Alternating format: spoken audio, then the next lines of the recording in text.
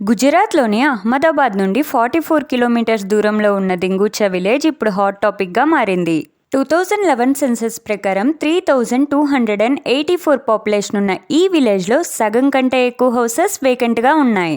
ఈ విలేజ్లో ఉండే వాళ్ళు గర్వంగా చెప్పుకునే మాట, మా విలేజ్ నుండి 1800 మెంబర్స్ అమెరికాకు వెళ్ళి సెటిల్ అయ్యారని. ఇలాంటి అమెరికన్ డ్రీమ్తోనే జూన్ 2022లో 4 మెంబర్ ఫ్యామిలీ దింగూచా నుండి యుఎస్కి బయలుదేరారు. కానీ వాళ్ళు దిగింది కెనడాలో. -35 to -40 డిగ్రీస్ టెంపరేచర్ ఉన్న యుఎస్ కెనడా బార్డర్ దాటి యుఎస్ లోపలికి వెళ్ళాలి. కట్ చేస్తే బార్డర్కు 12 మీటర్స్ దూరంలో 3 ఫ్యామిలీ మెంబర్స్ డెడ్ బాడీస్ మంచులో గడ్డకట్టుకు పోయున్నాయి. వాళ్ళలో ఉన్న చిన్న పిల్లాడి బాడీ దొరకలేదు. ఇది విన్నప్పుడు మీకు చాలా డౌట్స్ వచ్చుంటాయి. యుఎస్కి డైరెక్ట్గా వెళ్ళొచ్చు కదా, ఎందుకు కెనడా నుండి వెళ్లారని. అలాగే వాళ్ళు చనిపోతున్నా ఎవరూ ఎందుకు వాళ్ళని కాపాడలేదని. ఈ ప్రశ్నలన్నిటికీ సమాధానంతో పాటు దీని వెనకున్న నమ్మలేని అతి పెద్ద మాఫియా గురించి ఈ వీడియోలో తెలుసుకుందాం రండి.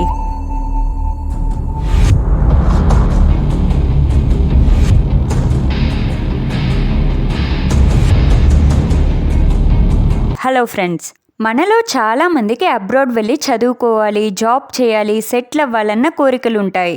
దీనికోసం అక్కడ యూనివర్సిటీస్కి అప్లై చేస్తుంటాం. జాబ్ ఆపర్చునిటీస్ కోసం వెతుకుతుంటాం.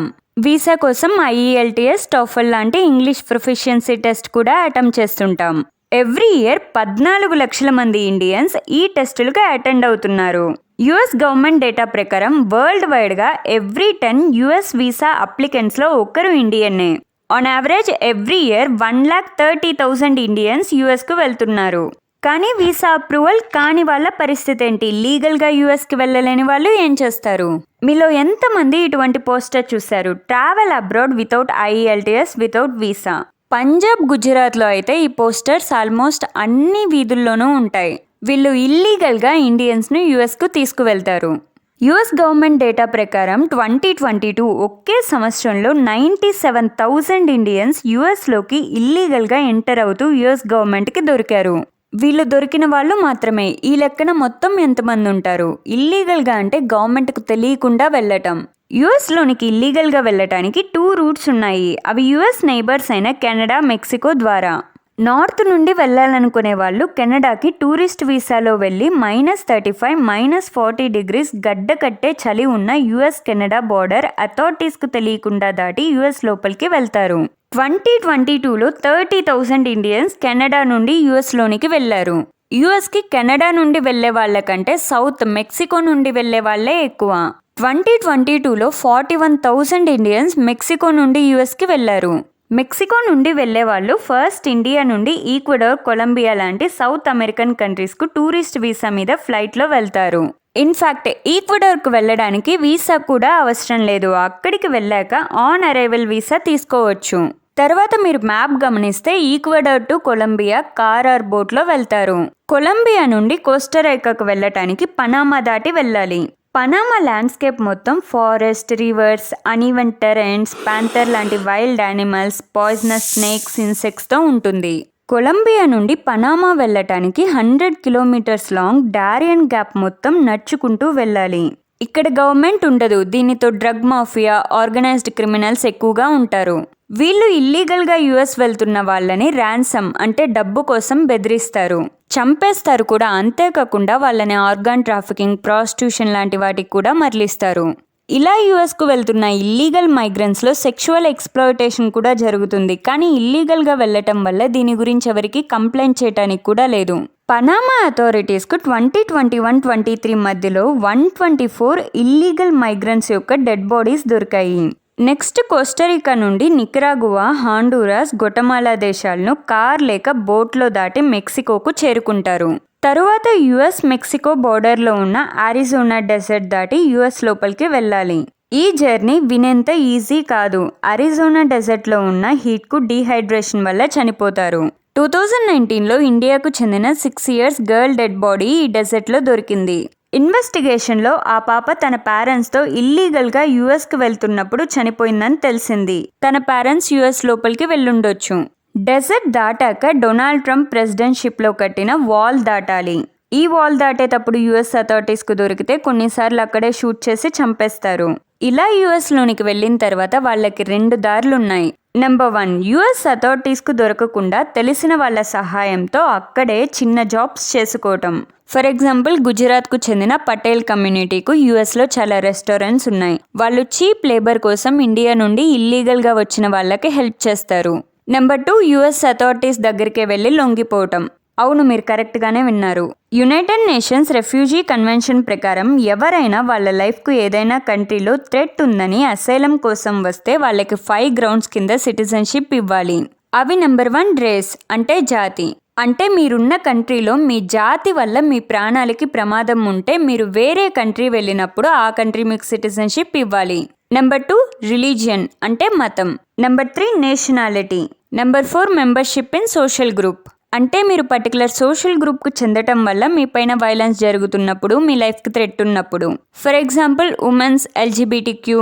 ఇటువంటి కేసు ఇండియాలోనే జరిగింది. పంజాబ్లో జషన్ ప్రీత్ సింగ్ గే కావడం వల్ల అతనిపై డిస్క్రిమినేషన్, హరాస్మెంట్ జరిగేది. అంతేకాకుండా ఒకసారి 15 to 20 మేల్ కలిసి ఆ ఊరి నుండి వెళ్ళిపోమని అతన్ని కొట్టారు. వేరే ఏదైనా ఇండియన్ సిటీకు వెళ్ళటానికి కూడా ఇండియన్స్కు తనని యాక్సెప్ట్ చేసే ఓపెన్ మైండ్ లేదని అతను ఇల్లీగల్గా యుఎస్కు వెళ్ళి అక్కడ అసైలంకి అప్లై చేసి సిటిజన్షిప్ తీసుకున్నాడు. అలాగని అసైలం ఈజీగా వచ్చేస్తుంది అని అనుకోబాకండి. దీనికోసం ఇయర్స్ కూడా వెయిట్ చేయాల్సి వస్తుంది. అసైలం అడగగానే ఇవ్వరు. ఇమిగ్రేషన్ కోర్టులో వ్యాలిడ్ రీజన్, ఎవిడెన్స్ చూపించాలి. కోర్టులో మన నెంబర్ వచ్చే వరకు జైల్ లాంటి డిటెన్షన్ సెంటర్లో ఉండాలి. ఒకవేళ చెప్పింది నిజమని ప్రూవ్ కాకపోతే తిరిగి ఇండియాకు పంపేస్తారు. అలాగే వాళ్ళు జీవితంలో యుఎస్ రాకుండా ట్రావెల్ బ్యాన్ వేస్తారు. యావరేజ్గా 81% అసైలం రిక్వెస్ట్ రిజెక్ట్ అవుతాయి. 2022లో ఇండియా నుండి వెళ్ళి దొరికిన 97,000 మందిలో 45,000 మంది ఇండియాలో వాళ్ళ లైఫ్కి థ్రెట్ ఉందని అసైలం కోసం కోరారు. వీళ్ళలో చాలా తక్కువ మందికే అది నిజమై ఉంటుంది. మిగిలిన వాళ్ళు వేరే కారణాల వల్ల వెళ్ళి యుఎస్ సిటిజన్షిప్ కోసం ఇండియాను బ్యాట్ చేస్తున్నారు. Number 5, political opinion. Government, political పార్టీస్కు వ్యతిరేకంగా మాట్లాడడం వల్ల ఎవరి ప్రాణాలకైనా ప్రమాదం ఉన్నప్పుడు. ఇలా ఏదైనా కంట్రీకు ఇల్లీగల్గా వెళ్ళటాన్నే డంకీ అని అంటారు. డంకీ అంటే పంజాబీలో డాంకీ అనే అర్థం. డాంకీ ఎలా అయితే ఒక్క చోటు నుండి మరో చోటుకు వెళ్ళడానికి చాలా చోట్ల ఆగుతూ వెళ్తుందో, ఈ డంకీ ప్రాసెస్లో కూడా మల్టిపుల్ కంట్రీస్లో ఆగుతూ డెస్టినేషన్ కంట్రీని చేరుకుంటాం. లేట్ 1900స్లో డంకీ ప్రాసెస్ ద్వారా ఎక్కువగా ఇండియా నుండి యూకే, యునైటెడ్ కింగ్డమ్కు ఇల్లీగల్గా వెళ్ళేవాళ్ళు. Even latest Raj Kumar Hirani, Shahrukh Khan movie donkey కూడా ఇలా ఇల్లీగల్గా ఇండియా నుండి యూకేకి వెళ్ళడం గురించే. డంకీ రూట్ ద్వారా యూరోప్ వెళ్ళడానికి సైబీరియా నుండి వెళ్తారు. ఈ రూట్ కూడా చాలా ప్రమాదకరమైంది. ఆస్ట్రియన్ ఫారెన్ మినిస్ట్రీ డేటా ప్రకారం 2022 ఒక్క సంవత్సరంలో 18,000 ఇండియన్స్ సెర్బియా నుండి ఆస్ట్రియాలోకి ఇల్లీగల్గా వెళ్లారు. ఇండియాలో మేజర్గా పంజాబ్, గుజరాత్, హర్యానా నుండి డంకీ రూట్ ద్వారా యుఎస్కు వెళ్తారు. లోక్సభలో అడిగిన ఒక క్వశ్చన్కి minister of state for external affairs V Muraleedharan ఇచ్చిన ఆన్సర్లో దేశం మొత్తం మీద గవర్నమెంట్ 2,925 ఇల్లీగల్ ట్రావెల్ ఏజెంట్స్ను కనిపెట్టిందని చెప్పారు. ఈ ఏజెన్సీస్ ఇల్లీగల్గా యుఎస్కు తీసుకుని వెళ్ళటానికి per person 30 to 85 lakh charge చేస్తారు. 4 member ఫ్యామిలీ అయితే 1.5 to 2 crore అవుతుంది. ఈవెన్ ఇది కూడా ప్యాకేజెస్లో ఉంటుంది. లో అమౌంట్ కట్టే ప్యాకేజ్ అయితే రిస్క్ మొత్తం మనమే తీసుకోవాలి. అదే కాస్ట్లీ ప్యాకేజ్ అయితే మన లైఫ్కి కంపారిటివ్లీ ప్రొటెక్షన్ ఉంటుంది. డంకీ ఏజెన్సీస్ ఎప్పటి నుండో ఉన్నప్పటికీ గుజరాత్కు చెందిన 4 member ఫ్యామిలీ కెనడాలో చనిపోయిన తర్వాత ఇండియన్ గవర్నమెంట్ వీటిపై స్ట్రిక్ట్ యాక్షన్ తీసుకుంటుంది. గుజరాత్కు చెందిన డంకీ ఏజెంట్ బాబీను పోలీస్ అరెస్ట్ చేశారు. కానీ ఇతను వెంటనే బెయిల్పై బయటకు వచ్చేశాడు. ఇతను ఇల్లీగల్గా యుఎస్ తీసుకుని వెళ్ళటానికి పర్ పర్సన్ 85 lakh ఛార్జ్ చేసేవాడు. ఇదంతా విన్న తర్వాత ఎవరికన్నా ఒకటే అనిపిస్తుంది, అసలెందుకు ఇండియన్స్ ఇంత డబ్బు ఖర్చు పెట్టి లైఫ్ని రిస్క్లో పెట్టి ఇల్లీగల్గా యుఎస్కు వెళ్తున్నారని. Reason number 1, American dream. America తనను తాను ల్యాండ్ ఆఫ్ ఆపర్చునిటీస్గా బాగా పోర్ట్రే చేసుకుంది. అక్కడికి వెళ్ళి ఏం చేయాలన్నది కూడా ఆలోచించకుండా చాలా మంది అమెరికాకు వెళ్ళాలని ఆశపడతారు. ఇది common Asian mind set. For the fact that India నుండి మాత్రమే ఇల్లీగల్గా యుఎస్కు వెళ్ళటం లేదు, చైనా, ఫిలిప్పీన్స్, సౌత్ కొరియా నుండి కూడా ఇల్లీగల్గా యుఎస్కు వెళ్తున్నారు. Number 2, high paying jobs and better living conditions. చాలా మందికి తెలియని విషయం ఏంటంటే చాలా మంది పట్టించుకోని విషయం ఏంటంటే యుఎస్, యూకే లాంటి డెవలప్డ్ కంట్రీస్లో పర్చేసింగ్ పవర్ పార్టీ చాలా తక్కువగా ఉంటుంది. పర్చేసింగ్ పవర్ పారిటీ అంటే డిఫరెంట్ కంట్రీస్లో అక్కడి కరెన్సీతో ఎంత గూడ్స్ అండ్ సర్వీసెస్ పొందొచ్చు అని. దీని ప్రకారం యుఎస్లో 79 lakhs సంపాదించినా, ఇండియాలో 23 lakhs సంపాదించినా ఒకటే. ఎందుకంటే same set of goods and services పొందడానికి ఇండియాతో కంపేర్ చేసుకున్నప్పుడు యుఎస్లో చాలా ఎక్కువ ఖర్చు అవుతుంది. Number 3 social status and societal pressure. NRI, non resident Indian, ఇది వెల్త్ కి ప్రాస్పారిటీకి ఒక గుర్తింపు లాగా మారింది. ఫారెన్ లో ఉంటున్నారంటే వెల్ సెటిల్డ్ ఫ్యామిలీ అన్న మైండ్ సెట్ 90% ఇండియన్స్ లో ఉంటుంది. గుజరాత్ లోని కొన్ని విలేజెస్ లో అయితే ప్రతి ఇంటి నుండి 2 యుఎస్ లో ఉండాల్సిందే. అక్కడ వాళ్ళు ఎలా ఉన్నారన్న అవసరం లేదు, యుఎస్ కు వెళ్తేనే రెస్పెక్ట్. ఇందువల్ల వీళ్ళలో ఎక్కువ మంది ఇల్లీగల్ గా యుఎస్ కు వెళ్తారు. ఈవెన్ మనం కూడా చూస్తుంటాం, చాలా మంది పేరెంట్స్ వాళ్ళ కూతుర్ని ఎన్ఆర్ఐకి ఇచ్చి పెళ్లి చేయాలనుకుంటుంటారు. ఇది గుజరాత్ లోని పటీదార్, పటేల్ కమ్యూనిటీస్ లో చాలా ఎక్కువగా ఉంటుంది. ఈ కమ్యూనిటీస్ లో ఎక్కువ మంది అబ్రాడ్ లో నివసించడం వల్ల అబ్బాయి ఫారెన్ లో ఉంటేనే పెళ్ళవుతుంది. దీంతో వాళ్ళపై సొసైటల్ ఇన్ఫ్లుయెన్స్ కూడా చాలా ఉంటుంది. మనమే చూస్తుంటాం, మూవీస్ లో లీడ్ రోల్స్ కి హైప్ క్రియేట్ చేయడానికి అబ్రాడ్ లో చదువుకొని ఇండియాకి వస్తున్నట్టు, అబ్రాడ్ లో సెటిల్ అయినట్టు చూపిస్తుంటారు. Number 4 high competition in India. మనమందరం ఒప్పుకోవాల్సిన ఒక్క నిజం, ఇండియాలో కాలేజ్ సీట్ కోసం, జాబ్ కోసం ఇంటెన్స్ కాంపిటీషన్ ఉంటుంది. Huge population, limited vacancies main reason. IIT NEET లో రిలీజ్ చేసే సీట్స్, ఎగ్జామ్ రాసే క్యాండిడేట్స్ రేషియోలో ఎంత డిఫరెన్స్ ఉంటుందో మనందరికీ తెలుసు. ఇక గవర్నమెంట్ జాబ్స్ గురించి చెప్పక్కర్లేదు. ఐటీ లాంటి సర్వీస్ సెక్టార్ లో తప్ప మిగిలిన సెక్టార్స్ లో ఎంప్లాయ్మెంట్ ఆపర్చునిటీస్, సాలరీస్ కంపారిటివ్లీ లో.